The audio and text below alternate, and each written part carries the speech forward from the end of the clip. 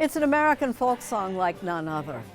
Lee Cowan explains how this Woody Guthrie classic is all about these United States.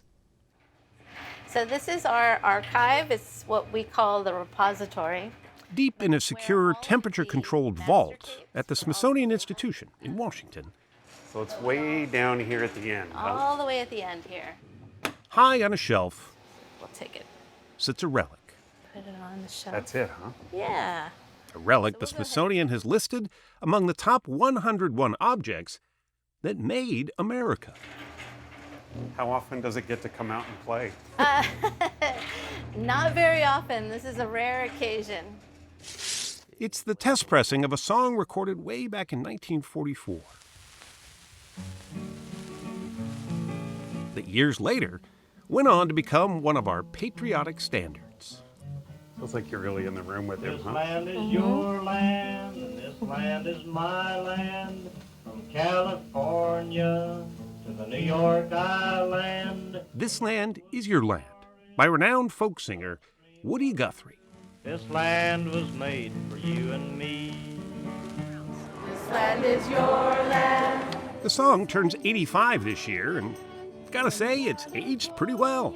This land is my land. Lady Gaga made it part of her Super Bowl halftime show. And it was the very first song sung in the Oscar-nominated biopic, not about Woody Guthrie, but about Bob Dylan. This land is your land. Featuring Edward Norton as Guthrie's good friend, the late Pete Seeger. We all know the words. Most of us learned them in school.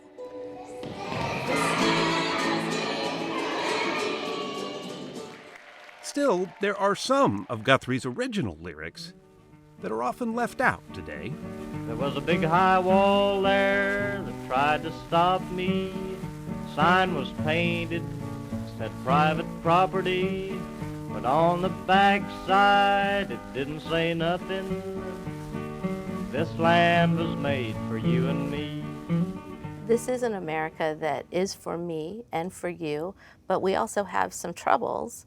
Maureen Loughran, the director and curator of Smithsonian Folkways recordings, sees Guthrie's song as historic because it's a commentary on the responsibilities of democracy. If we're all in this project of making this nation, how do we look out for each other? Let us all be grateful. By most accounts, Guthrie wrote it in response to Irving Berlin's God Bless America.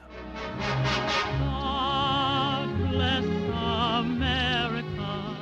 In fact, his original title was God Blessed America before he crossed it out.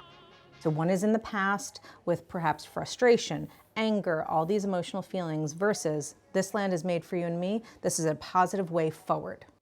That's Woody's granddaughter, Anna Canoni.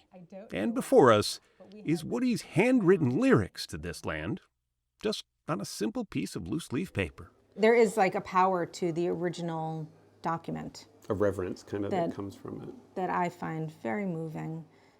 We met at the Woody Guthrie Center in Tulsa, Oklahoma, a treasure trove of lyrics and drawings and performances that all draw visitors to this point, to read for themselves what they might have been singing all their lives.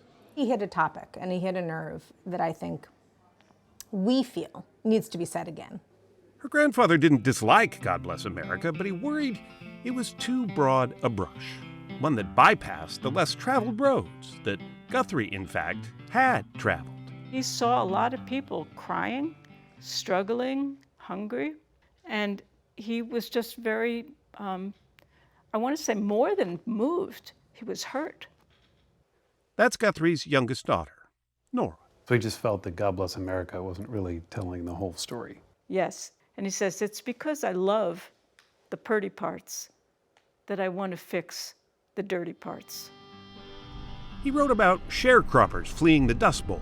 I ain't got no home, I'm just a roaming round. Just a wandering worker, I go from town to town. Oh, if you ain't got the do-re-mi, folks. He sang about migrants and the marginalized. Why, you better go back to beautiful Texas, Oklahoma, Kansas, Georgia, Tennessee. Oh, you can't scare me, I'm sticking to the union. Laborers struggling to unionize. He was a wandering wordsmith, born in Okemah, Oklahoma, back in 1912. The town still proudly bears his name, just about everywhere you look, in fact. A folk hero to the folks around here, for sure. One might think This land is that he wrote This Land in the back of a pickup somewhere on the dusty plains, but he actually wrote it in New York City, in a hotel room right near Times Square. Now, coincidentally, a showroom for Steinway pianos. Right in the heart of New York City, 42nd Street. It doesn't get any more, American than that.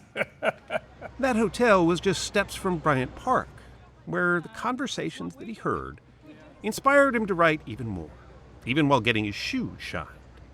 He was gobbling up everything around him, gobble, gobble, gobble, and he would digest it, and it would come out. He would regurgitate it as a song. Jeez.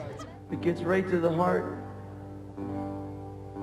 of the promise of what our country was supposed to be about. Bruce Springsteen once called Woody Guthrie's This Land one of the greatest songs ever written about our nation. Lead us, Pete. He played it on the steps of the Lincoln Memorial alongside Pete Seeger back in 2009. As I went walking that ribbon of highway. And I just started weeping. Every person that was standing there knew the words and was singing along. The occasion was the inauguration of America's first black president. This land, our land, had never seen such a thing before. But Woody Guthrie's idea that the promise that this land was indeed for everyone was on display that day, being celebrated as true. At that moment, I looked up and I said, "So that's why you wrote it." I go walking on Freedom Highway. And suddenly the song grew to encompass everyone in the country for 6 verses, It